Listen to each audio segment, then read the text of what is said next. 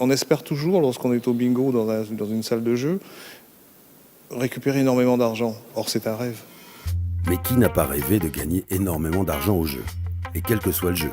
Ici, en Calédonie, on peut jouer au bingo, tout à fait légal, mais on peut s'essayer au bingo et au loto sauvage, qui sont théoriquement interdits.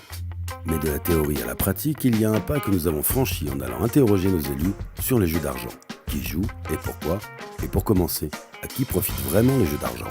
Mais ça dépend. Si ce sont des jeux officiels, ça sert à apporter de l'argent aux actionnaires des casinos et bingo. En plus des vraies salles de jeu, nous avons aussi des jeux dans les quartiers. On appelle ça des bingos sauvages et autres. Moi, quand j'étais petit, à la tribu Antigua, les grandes personnes jouaient déjà au bingo. Chez nous, ça s'appelait le Chinese. C'est le moment de se retrouver et pouvoir passer un moment agréable ensemble. Je pense que c'est plus ça que le côté gagné, voilà. Mais c'est très populaire, Et puis, je sais qu'au niveau des associations, au niveau des groupements de parents d'élèves, ça permet, lorsqu'ils organisent un loto, parce que le bingo, c'est le loto, ce qu'on appelait le loto auparavant, ça permet d'avoir d'avoir de l'argent dans les caisses de la coopérative ou de l'association, éventuellement pour un voyage. Elles organisent ces choses chaque semaine, chaque dimanche, mais pour leur propre, pas par solidarité envers quelqu'un ou pas pour découvrir autre chose ou faire des dons ou des actes de charité, mais souvent pour se refaire une terrasse, hélas.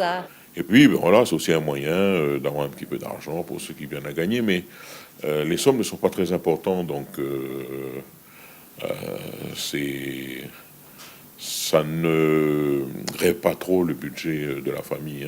Il y a des personnes qui ne travaillent pas et ils ont un besoin quand même dans les tribus. C'est quand même une sorte de revenu.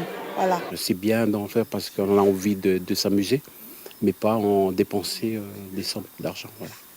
Il y en a même qui se permettent de jouer les allocations familiales, de jouer un petit peu tout, voilà. Mais c'est surtout quand ils vont dans les grands bingos là, ou les casinos, c'est là où ça pompe tout l'argent. Les gens deviennent accros à ce niveau-là, et puis ils sont dehors de la sphère habituelle, la sphère familiale, la sphère quartier, et il n'y a pas de garde-fou. C'est un attrape-nigo pour moi.